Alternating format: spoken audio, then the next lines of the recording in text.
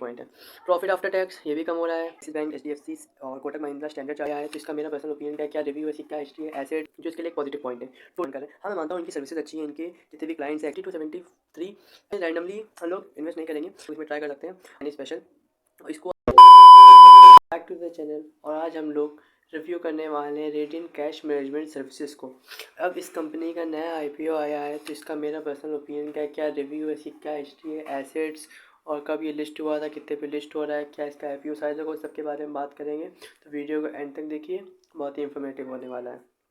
तो आइए शुरू करते हैं।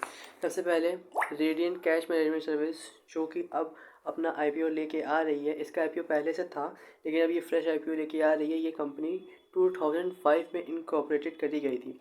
अब ये कंपनी बात करते हैं डील किस में करती है, ये मेनली कैश और रिटेल मैनेजमेंट डील करती है। जो इसने एक तरीके के उन्हें फाइनेंशियल इंस्टीट्यूट और ऑर्गेनाइज रिटेल ई-कॉमर्स बना रखा है, मतलब ये काम करती है पैसों का ट्रांसफ़र करना। इसके जो क्लाइंट्स हैं वो क्लाइंट्स इंक्लूड करते हैं SBI और आपके जितने भी बैंक्स हो गए, SBI हो गए, येस बैंक हो गया और सिंगापुर बैंक हो गया, इन सब में ये डील करती है। अब आइए बात कर लेते हैं इसके वैल्यूएशन की। तो इसका जो वैल्यूएशन का रेशियो है वो 27.34 है, जो कि 27.34 है पिछले पास्ट 5 ईयर्स का, जो कि बहुत ज़्यादा है। अगर हम लोग खाली इस ईयर की बात करें तो वो तो फिर 10% है, जो कि मेरे को ये थोड़ा ज़्यादा लग रहा है। अब इसकी में बात करते हैं।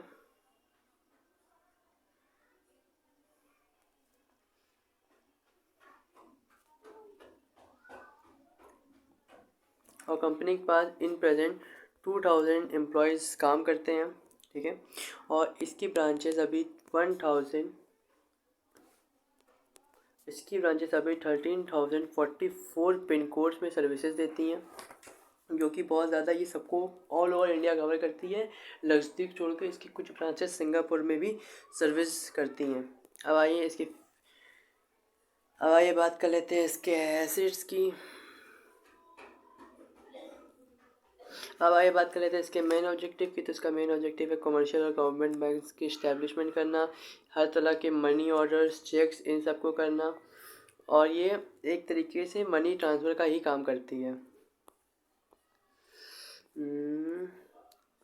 अब बात कर लेते हैं इसके एसेट्स की। जैसा कि आप देख रहे हैं कि एसेट इसके डिक्रीज़ हो रहे हैं, पहले 190 करोड़ के थे।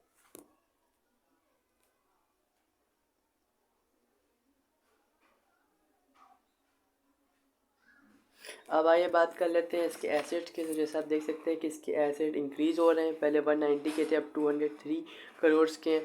इसका जो रेवेन्यू है वो डिक्रीज़ होते हुए आपको दिख रहा है, क्योंकि पहले 286 का था और 84 का, जो इसके लिए एक तरीके का नेगेटिव पॉइंट है। प्रॉफिट आफ्टर टैक्स ये भी कम हो रहा है, आप देख सकते हैं 34 का था, 15 का हो रहा है, ये भी इसके लिए एक नेगेटिव पॉइंट है। लेकिन इसकी नेटवर्थ इंक्रीज़ हो रही है, जो इसके लिए एक पॉजिटिव पॉइंट है। टोटल बोरोइंग वो भी कम हो रही है, जो भी इसके लिए एक प्लस पॉइंट है।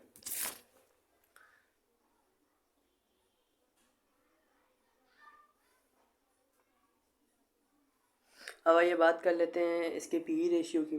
तो इसका PE रेशियो जो है वो 25 से 28 के बीच में आता है। एक सेकेंड,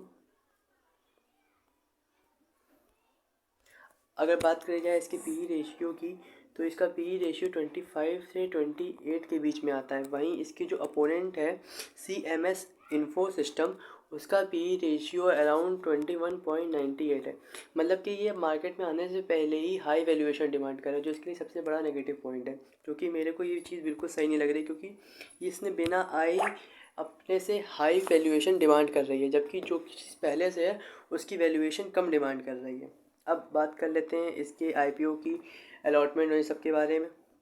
सबसे पहली चीज़, जो इसकी ओपनिंग डेट होगी वो होगी आपकी अराउंड 23 दिसंबर।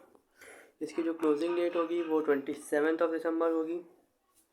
30 दिसंबर को इसका अलॉटमेंट हो जाएगा आपका। एक्स्ट्रा मनी इनके पास जो भी होगी वो 2 जैन को ये रिटर्न कर देंगे आप लोगों को। अब बात कर लेते हैं इनका जो share of credit of demand है वो आपको 4 तारीख को वापस देखने को मिल जाएगा, और 4 जनवरी को आपको कंपनी लिस्टेड मिलेगी, IPO लॉन्च हो जाएंगे। अब आपको इसकी जो फेस वैल्यू है वो ₹1 पर शेयर के हिसाब से है। अब जो इनका IPO अमाउंट है वो अराउंड 94 to 99 रुपीज़ है। इनका जो अलॉटमेंट साइज़ है मतलब एक लॉट में अराउंड 150 शेयर्स आपको देखने को मिलेंगे और इनका ऑल टोटल मार्केट कैपिटलाइजेशन है 1062.41 करोड़ रुपीज़।